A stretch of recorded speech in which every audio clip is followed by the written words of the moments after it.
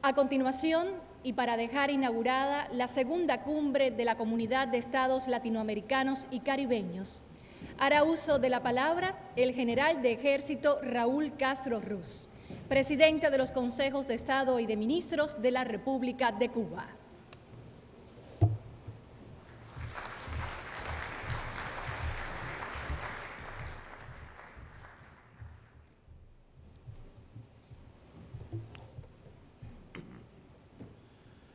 Estimadas y estimados jefas y jefes de Estado o de Gobierno de la América Latina y el Caribe,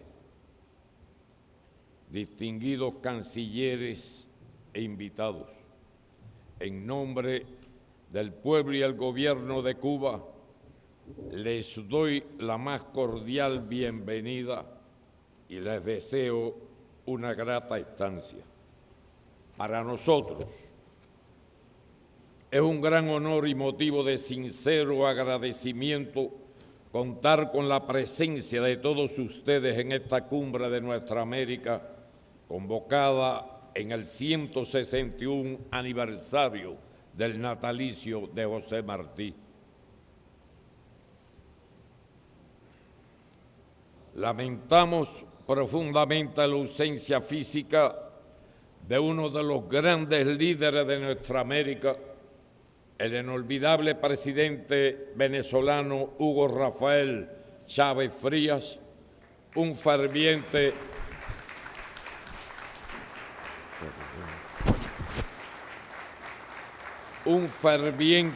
e incansable promotor y luchador por la independencia, la cooperación, la solidaridad, la integración y la unidad latinoamericana y caribeña, y por la propia creación de esta comunidad. Pido un minuto de silencio en su memoria.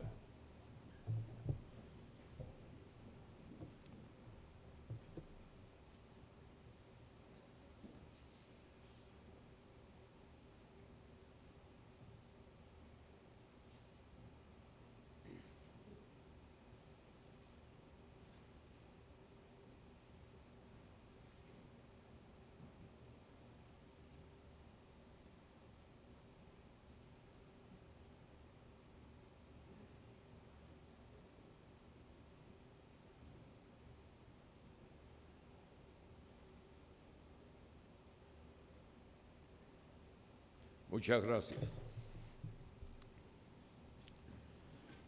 Distinguidas y distinguidos colegas, el periodo transcurrido desde la pasada cumbre de la CELAC ha sido complejo pero fructífero. Los países de América Latina y el Caribe hemos tenido que hacer frente a numerosos desafíos. La crisis ha continuado afectando la economía mundial.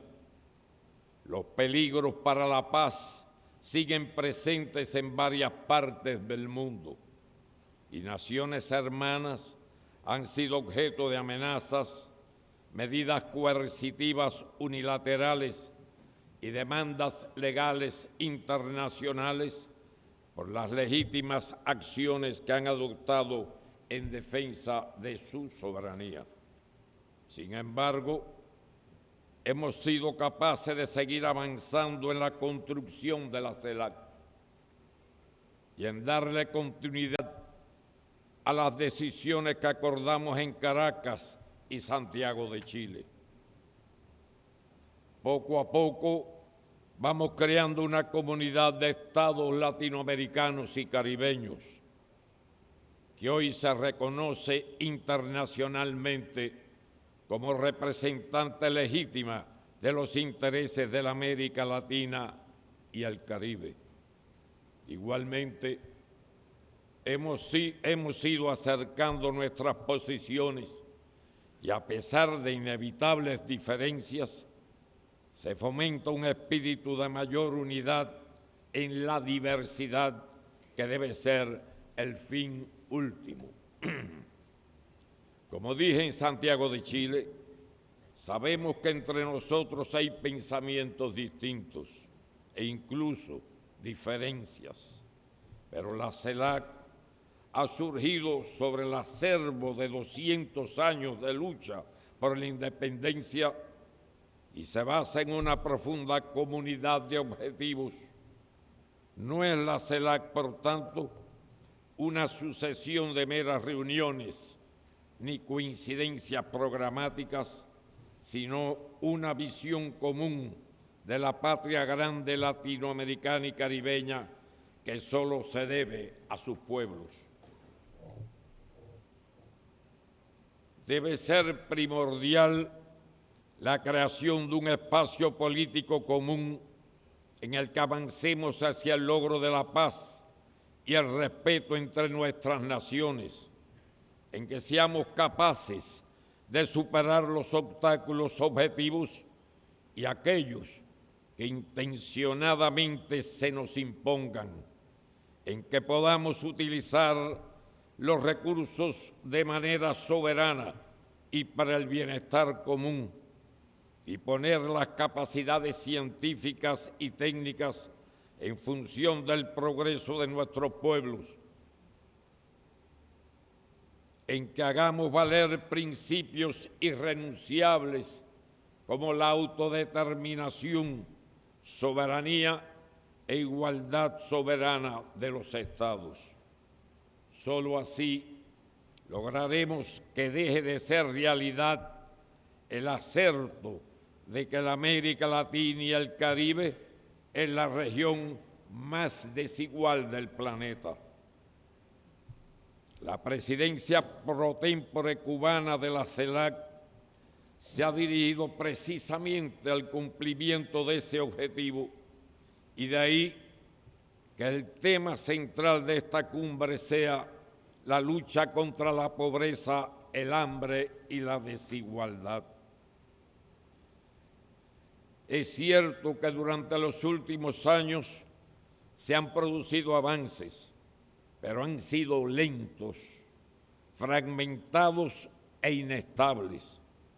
Según la CEPAL, a la que agradecemos su permanente cooperación con la presidencia cubana y los 5 estudios que ha elaborado en el marco de dicha colaboración, en América Latina y el Caribe, la tasa de pobreza alcanzó en 2012, como mínimo, un 28,2% de la población, o sea, 164 millones de personas, y la de indigencia o pobreza extrema, el 11,3%, lo que equivale a 66 millones de habitantes de la región.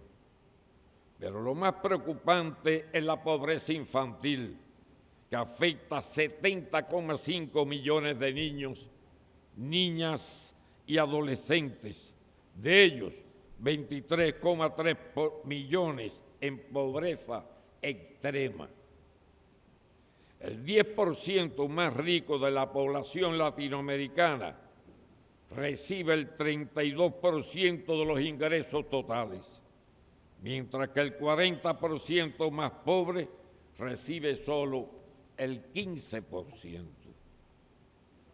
Los pueblos de América Latina y el Caribe demandan y requieren una mejor distribución de las riquezas y los ingresos, el acceso universal y gratuito a una educación de calidad, el pleno empleo, mejores salarios, la erradicación del analfabetismo, el establecimiento de una verdadera seguridad alimentaria, sistema de salud para la totalidad de la población, derecho a una vivienda digna, el agua potable y al saneamiento.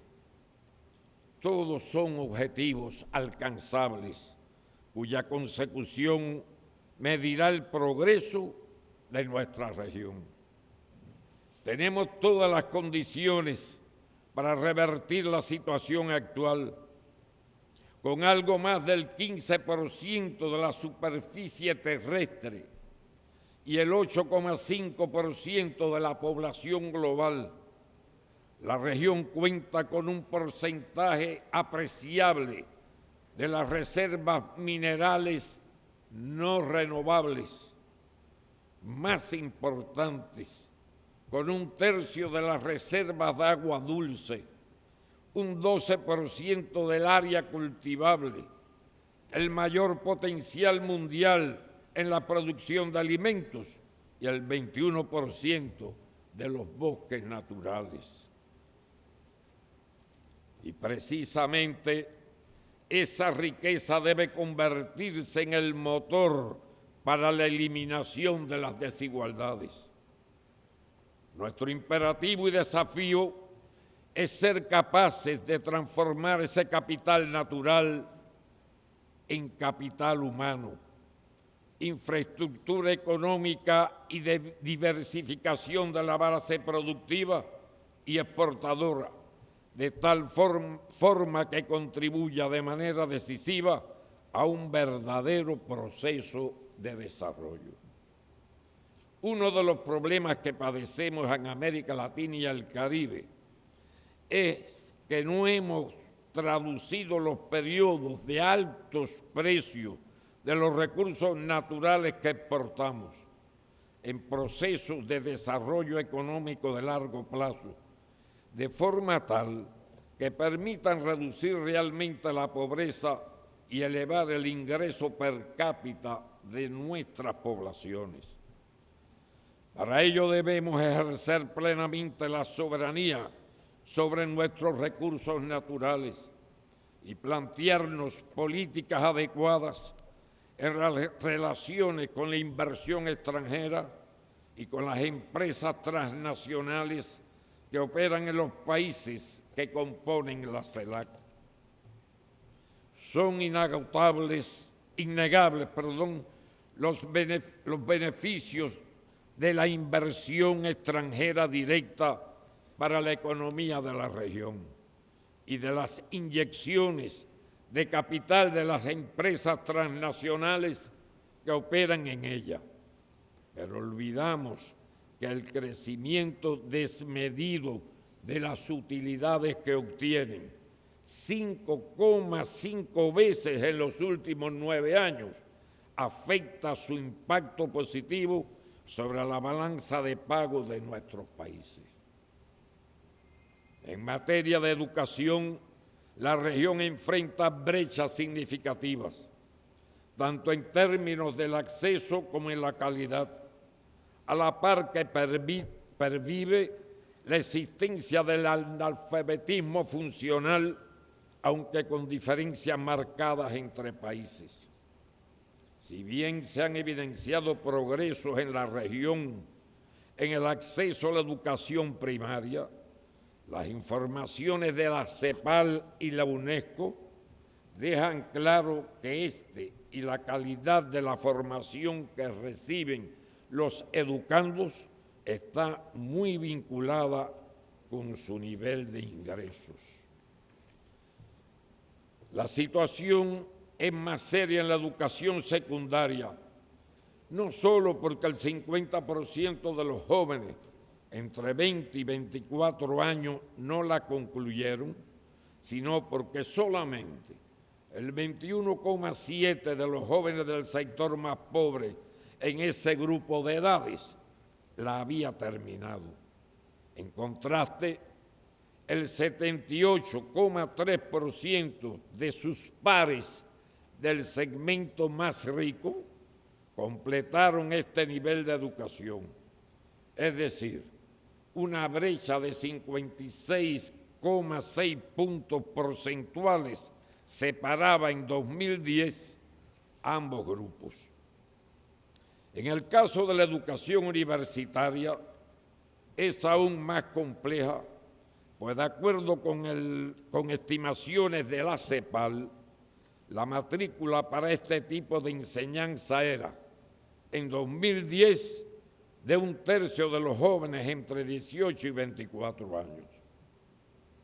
Contamos con todas las posibilidades, los recursos y las metodologías para desterrar el analfabetismo de la raíz de América Latina y el Caribe. Debemos tener la voluntad política de hacerlo y de proporcionar a nuestras poblaciones la posibilidad de acceder sin excepciones ni desigualdades a todos los niveles de educación. Nada de lo que nos proponemos hacer será posible sin pueblos educados y cultos.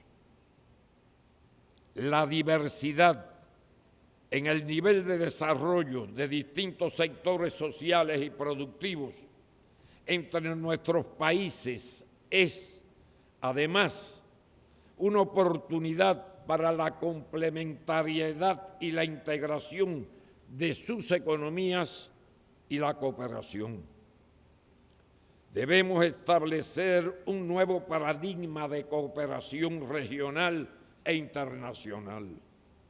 En el marco de la CELAC tenemos la posibilidad de construir un modelo propio, adaptado a nuestras realidades, basados en los principios del beneficio común y la solidaridad, que tome en cuenta las mejores experiencias desarrolladas en los últimos años por los países de la región y por las organizaciones latinoamericanas y caribeñas de integración como Mercosur, ALBA, Petrocaribe, UNASUR, CARICOM, SICA y otras que a lo largo de los años ya han trazado un camino.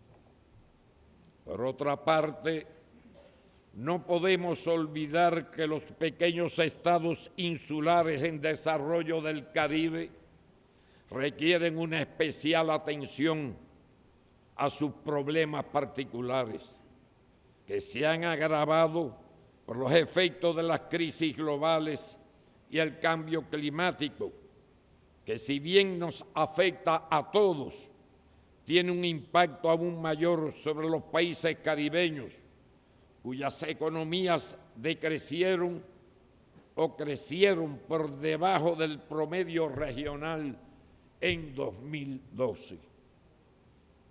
El impacto de la crisis económica de 2008-2009 fue especialmente severo en esa subregión y costó a las pequeñas islas como promedio el 13,2% de su Producto Interno Bruto.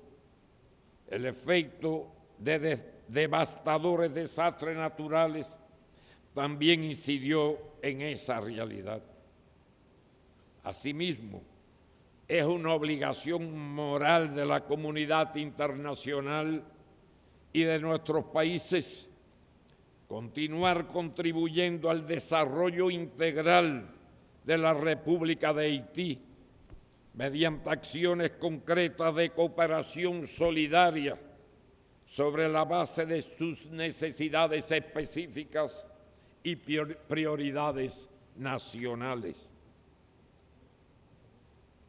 Tarea importante que tenemos por delante los países de la CELAC durante este año es trabajar de forma mancomunada en la preparación de la Agenda del Desarrollo post-2015 y cuidar que no se cometan los errores que presidieron la concepción de los objetivos de desarrollo del milenio. Estimado jefe de Estado y Gobierno, independientemente de nuestros progresos, seguimos viviendo en un mundo regido por un orden internacional injusto y excluyente, en el que las amenazas a la paz y la injerencia externa en la región continúan. No podemos olvidar la larga historia de intervención en los asuntos internos, invasiones militares y sangrientos golpes de Estado, los llamados centros de poder no se resignan a haber perdido el control de esta rica región, ni renunciarán a los intentos de cambiar el curso de la historia en nuestros países para recuperar la influencia perdida y beneficiarse de sus recursos. En 1999, cuando ya no existía el campo socialista, la OTAN, Organización del Tratado del Atlántico Norte, modificó su concepción estratégica para actuar ante supuestas amenazas globales de manera ofensiva fuera del territorio de los Estados miembros de la Alianza, en lo que llamó la periferia euroatlántica. En la cumbre Unión Europea-América Latina y el Caribe, celebrada poco después, en junio, en Río de Janeiro, el líder histórico de la Revolución Cubana, Fidel Castro Ruz, preguntó si nuestra región estaba comprendida en esa periferia y sujeta a esa doctrina cada vez más agresiva y peligrosa. Dicha pregunta permanece sin respuesta hasta hoy, 15 años después. El año pasado fue develada la existencia de un sistema global de espionaje de las comunicaciones por parte del gobierno de los Estados Unidos, del que fueron blanco indiscriminado jefas y jefes de Estado y gobierno, organismos internacionales, partidos políticos, empresas y ciudadanos de la región, en flagrante violación del derecho internacional y la soberanía de los Estados. Otro asunto que genera gran preocupación por sus potencialidades para provocar conflictos internacionales es el empleo encubierto e ilegal por individuos, organizaciones y estados de los sistemas informáticos de otras naciones para agredir a terceros países. Algunos gobiernos han expresado incluso la posibilidad de responder esos ataques con armas convencionales. El único camino para prevenir y enfrentar estas novedosas amenazas es la cooperación mancomunada entre todos los estados, al igual que para evitar que el ciberespacio se convierta en un teatro de operaciones militares. Saludamos, por tanto, la iniciativa del gobierno de Brasil de efectuar en Sao Paulo, en abril del 2014, la reunión multisectorial global sobre gobernanza de Internet. Como muestra de su firme compromiso con el desarme nuclear y la paz, América Latina fue la primera en el mundo en establecer, mediante el Tratado de Tlatelolco, una zona libre de armas nucleares. Pero debemos llegar más lejos. La paz y el desarrollo son interdependientes e indisolubles. No puede haber paz sin desarrollo, ni desarrollo sin paz.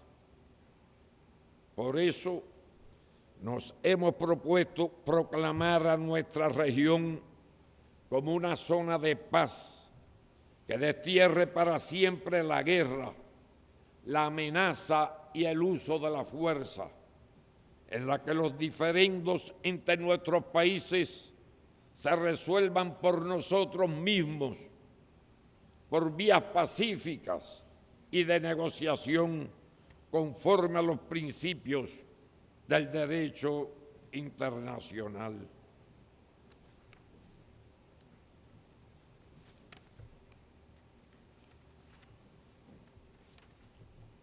Reiteramos la más plena solidaridad con la República Argentina en su reclamo de las Islas Malvinas, Georgias del Sur y Sandwich del Sur y sus mares adyacentes, a la par que rechazamos todo intento de explotar, antes de que se haya logrado una avenencia, los recursos naturales de dichos territorios, incluidos los del subsuelo. Hacemos un llamado al Reino Unido a que acepte el diálogo y la negociación, tal como ha solicitado el gobierno argentino. Como escribió la poetisa puertorriqueña Lola Rodríguez de Tilló, Cuba y Puerto Rico son de un pájaro las dos alas, por lo que reitero que nuestra comunidad estará incompleta mientras falte en ella el escaño de Puerto Rico, nación hermana, genuinamente latinoamericana y caribeña, que padece una situación colonial. Transmitimos nuestra solidaridad al pueblo y gobierno de Ecuador, amenazados por demandas de empresas transnacionales en tribunales sesgados por la codicia y una visión política neocolonial. Agradecemos a todos las muestras de solidaridad ante el criminal bloqueo impuesto a mi país durante más de medio siglo y la injusta inclusión de Cuba en la lista de patrocinadores del terrorismo del Departamento de Estado de los Estados Unidos.